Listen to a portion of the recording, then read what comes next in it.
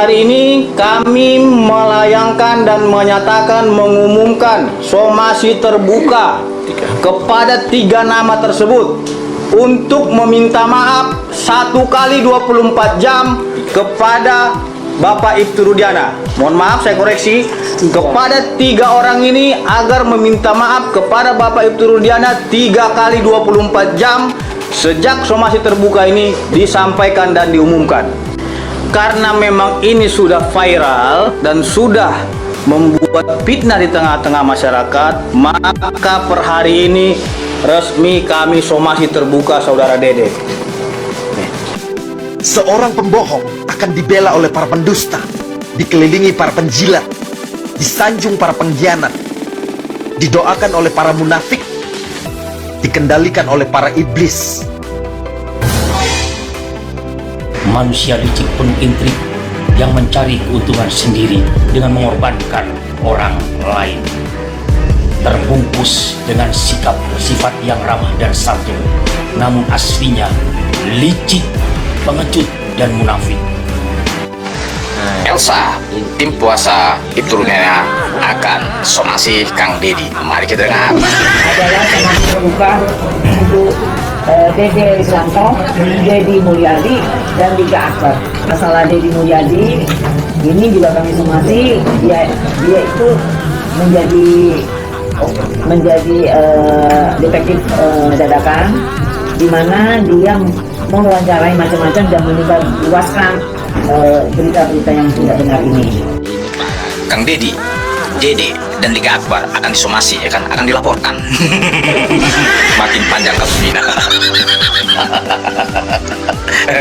Nih Elsa, ada nggak bukti kuatnya? Ha? Kalau mau somasi orang itu, ada nggak? Jangan asal ngomong di publik itu somasi apa ya? So is okay. Itu orang yang baju putih sebelah kirinya Bu Elsa Sarip, orang yang kemarin membentuk tim menangkap yang namanya Peggy Setiawan itu.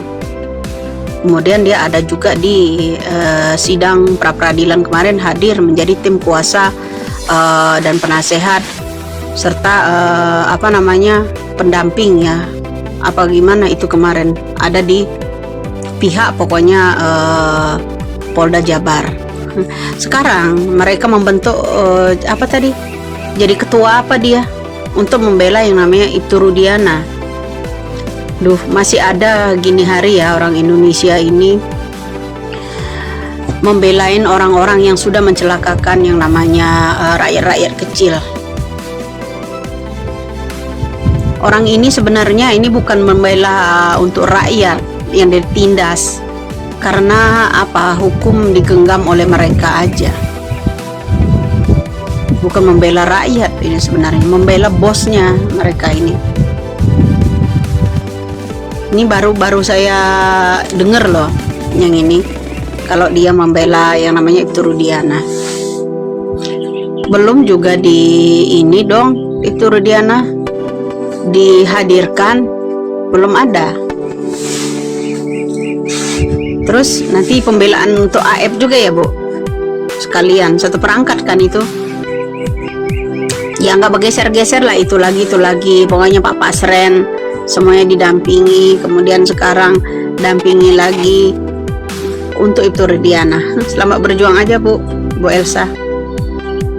Pemirsa, Ibtu Rudiana balik menyerang orang-orang yang selama ini menyudutkannya dalam kasus terbunuhnya Vina dan Eki. Ibtu Rudiana melalui kuasa hukumnya melayangkan somasi kepada Dedi Mulyadi, Dede, dan Liga Akbar serta mendesak mereka untuk meminta maaf.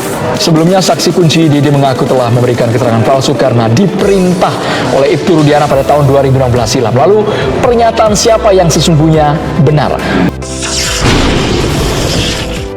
Yang harus diinvestigasi, yang harus disomasi itu yang kesurupan. Karena itu yang kesurupan harus disomasi sebenarnya. Kenapa ada harus kesurupan? Dan kemudian karena yang pertama itu kan bahwa peristiwa ini pembunuhan kan dari kesurupan. Peristiwa ini dianggap pembunuhan itu kan dari kesurupan. depan sampai menyebut nama Egi dan diperkosa, katanya itu mungkin ini diperkosa, terus kemungkinan ya katanya ada 11. Pertanyaannya kenapa yang kesurupan dari BAP? Kemudian itu yang isi kesurupannya kenapa nggak dihadirkan untuk di BAP? Nah itu sebenarnya awalnya kan dari situ. Nah, Kan saya sudah bilang sebelum keluar pun saya sudah kuatkan mental saya, Bu. Ya saya sudah kuat mental saya. Mau tadi bullying tadi apa pun saya siap. Ke Aib aja Pak saya. Buat Aib lebih baik jujur daripada hidup kamu nggak tenang, buat keluarga malu dan anak-anak pun jadi korbannya, anak sendiri jadi korban terhadap buat kedepannya Pak. Soal somasi dari Kenapa? Bersedia pada apa Pak? Lebih baik saya kepada 8 terpidana yang kemarin di penjara dan keluarganya Pak. Tapi Mas Dede sendiri melihat somasi dari timnya Rudiana itu seperti apa? Tidak lihat sih Pak. Penilaiannya ya silahkan ke hak dia itu Pak. Ya biasa aja Pak. Oke, apa? Intinya cuma minta maaf sama 8 terpidana sama keluarga. Tujuan saya mau keluar 7 terpidana itu. Nah, cuman itu. Apa tanggung jawab keterpanggilan kami sebagai perhaki untuk menerima kuasa dari Ibtu Rudiana. Kami akan menjelaskan bahwa pada tanggal 19 Juli yang lalu kami dari perhaki menerima kuasa dari beliau. Terkait dengan ada isu yang berkembang bahwa selama ini beliau bungkam atau beliau menghilangkan komunikasi, itu adalah pernyataan yang tidak benar. Kami akan luruskan semuanya. Begitu juga dengan ada berita-berita hoaks yang diduga menjadi satu fitnahan bagi beliau sendiri. Itu akan kami luruskan, akan kami konfirmasi langsung, dan akan kami lakukan upaya hukum kepada mereka-mereka yang menyebarkan berita-berita yang tidak baik atau berita-berita bohong yang diduga memfitnah klien kami. Dia siap masuk penjara atas apa yang dia sudah perbuat dan dia tahu itu salah. Di dalam pengakuannya tadi kan sudah didengar semua bahwa dia bersedia masuk penjara menggantikan 7 terpidana yang masih ada di dalam, ya kan? Dan atas penyesalan dia itu gitu loh, bahwa peristiwa itu sebenarnya tidak terjadi. Jadi nggak usah disomasi, nggak usah dilapor juga. Memang itu udah kami laporkan dan itu akan berproses gitu. Bang Jutek, gitu. tapi ini sangat krusial sekali kesaksian Dede dan juga Aib yang dampaknya dirasakan para terpidana lain. Lantas kenapa baru sekarang bersuara? Motivasinya apa sebenarnya dari Dede ini?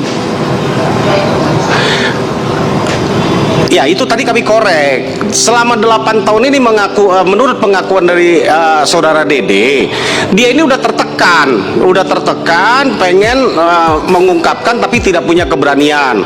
Ya seperti tadi siaran pers dari di Pradi, ya yang disampaikan oleh Ketua Umum bahwa akhirnya dia punya keberanian datang ke Kang Deddy Mulyadi, lalu mengaku dan seperti yang terjadilah saat ini bahwa dia membuat surat pernyataan menyatakan bahwa semua kejadian yang diceritakan dia tidak tahu, dia tidak mengenal para terpidana, dan dia bisa sebut nama-nama itu atas diarahkan yang katanya menurut keterangan Dede tadi adalah dari Pak Rudiana dan Aib gitu kan.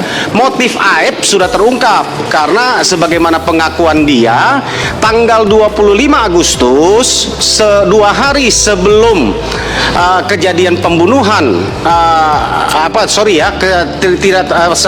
hari sebelum peristiwa itu terjadi 27 Agustus 25 Agustus di tempat Dede dan Aib ya, Aib itu bekerja itu digerebek ya, didatangi oleh para pemuda, termasuk ada Pak RT Pasren. Ditanya aja itu Pak RT Pasren sama juga ada Pak RW, termasuk yang hadir ini ada diantaranya ada para terpidana gitu kan. Tanggal 25 Agustus tepatnya 2 malam sebelum tanggal peristiwa itu, ya. Lalu rupanya mereka menuduh Aib itu menyimpan, memasukkan seorang wanita ke tempat dia tinggal atau dia bekerja.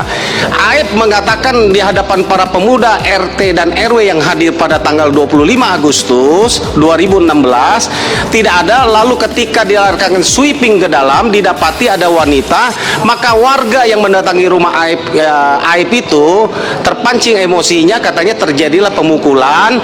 Di antaranya katanya itu adalah para terpidana. Lalu menurut kesaksian Dede, maka pada tanggal 25 waktu kejadian itu memang menurut pengakuan Dede dia tidak masuk kerja karena libur lah. Tanggal 26 Agustus dia masuk, lalu mendapatkan cerita itu langsung dari Aib bahwa malam kemarin tanggal 25 dia digerebek warga persis yang tadi saya ceritakan. Tanggal 27 terjadilah peristiwa yang Vina itu. Lalu ketika diajak sama Aib, Dede ini ketika bersaksi ke Polres, menurut pengakuannya lagi adalah bahwa ketika ditanyakan ke Aib oleh saudara Dede, kenapa? Kan kita nggak mengalami peristiwa itu, tidak ada. Dijawab oleh Aib, katanya saya dendam sama mereka oleh karena mereka pernah menggerebek saya. Itu motif yang terungkap dari hasil pengakuan Dede. Ya, kalau motif yang lain seperti apa maksud tujuan Pak Rudiana seperti tadi di dalam konferensi pers oleh Pak Oto, ya kami tidak tahu gitu kan. Itu yang sedang kami mau coba dalami. Apa sih kira-kira motifnya kan gitu.